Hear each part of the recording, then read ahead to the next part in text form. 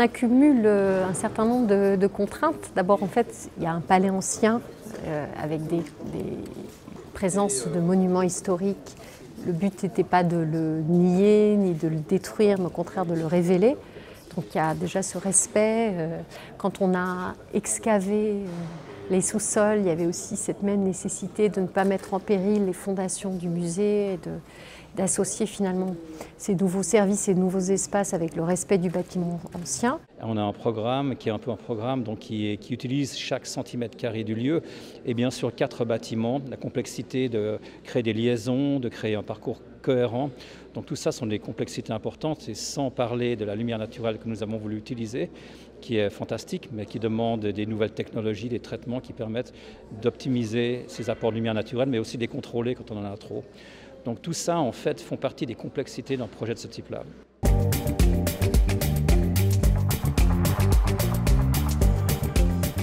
En fait, quand on regarde la durée de l'ensemble des chantiers des musées des Beaux-Arts, on est plutôt en dessous, finalement 6 ans, c'est pas si long.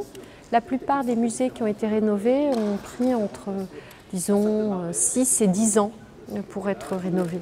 Parce qu'on est toujours dans des contextes historiques, urbains, complexes, avec lesquels on doit jouer.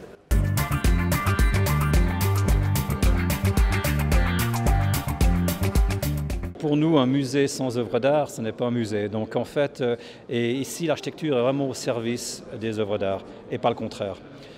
Pour nous, il n'y a pas de compétition, il ne va pas y avoir de compétition entre architecture et le contenu du musée. L'un doit travailler la main dans la main en fait. Donc oui, on se réjouit de voir la réaction en fait, des Nantais bien sûr et des visiteurs qui viennent de part et d'autre de la France, mais de l'étranger aussi. Donc pour nous, oui, on est très impatients de pouvoir voir les réactions des gens en fait, par rapport à ce musée.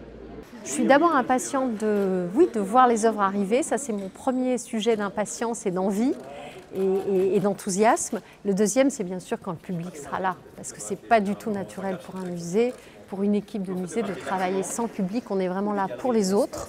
Et donc, voilà, ça sera le bonheur sera à son comble quand le public va pouvoir réinvestir les lieux et puis s'emparer de lieux, de choisir les œuvres, choisir les espaces qu'ils préfèrent, choisir leur parcours. On est toujours surpris par la manière dont un public s'empare d'un lieu.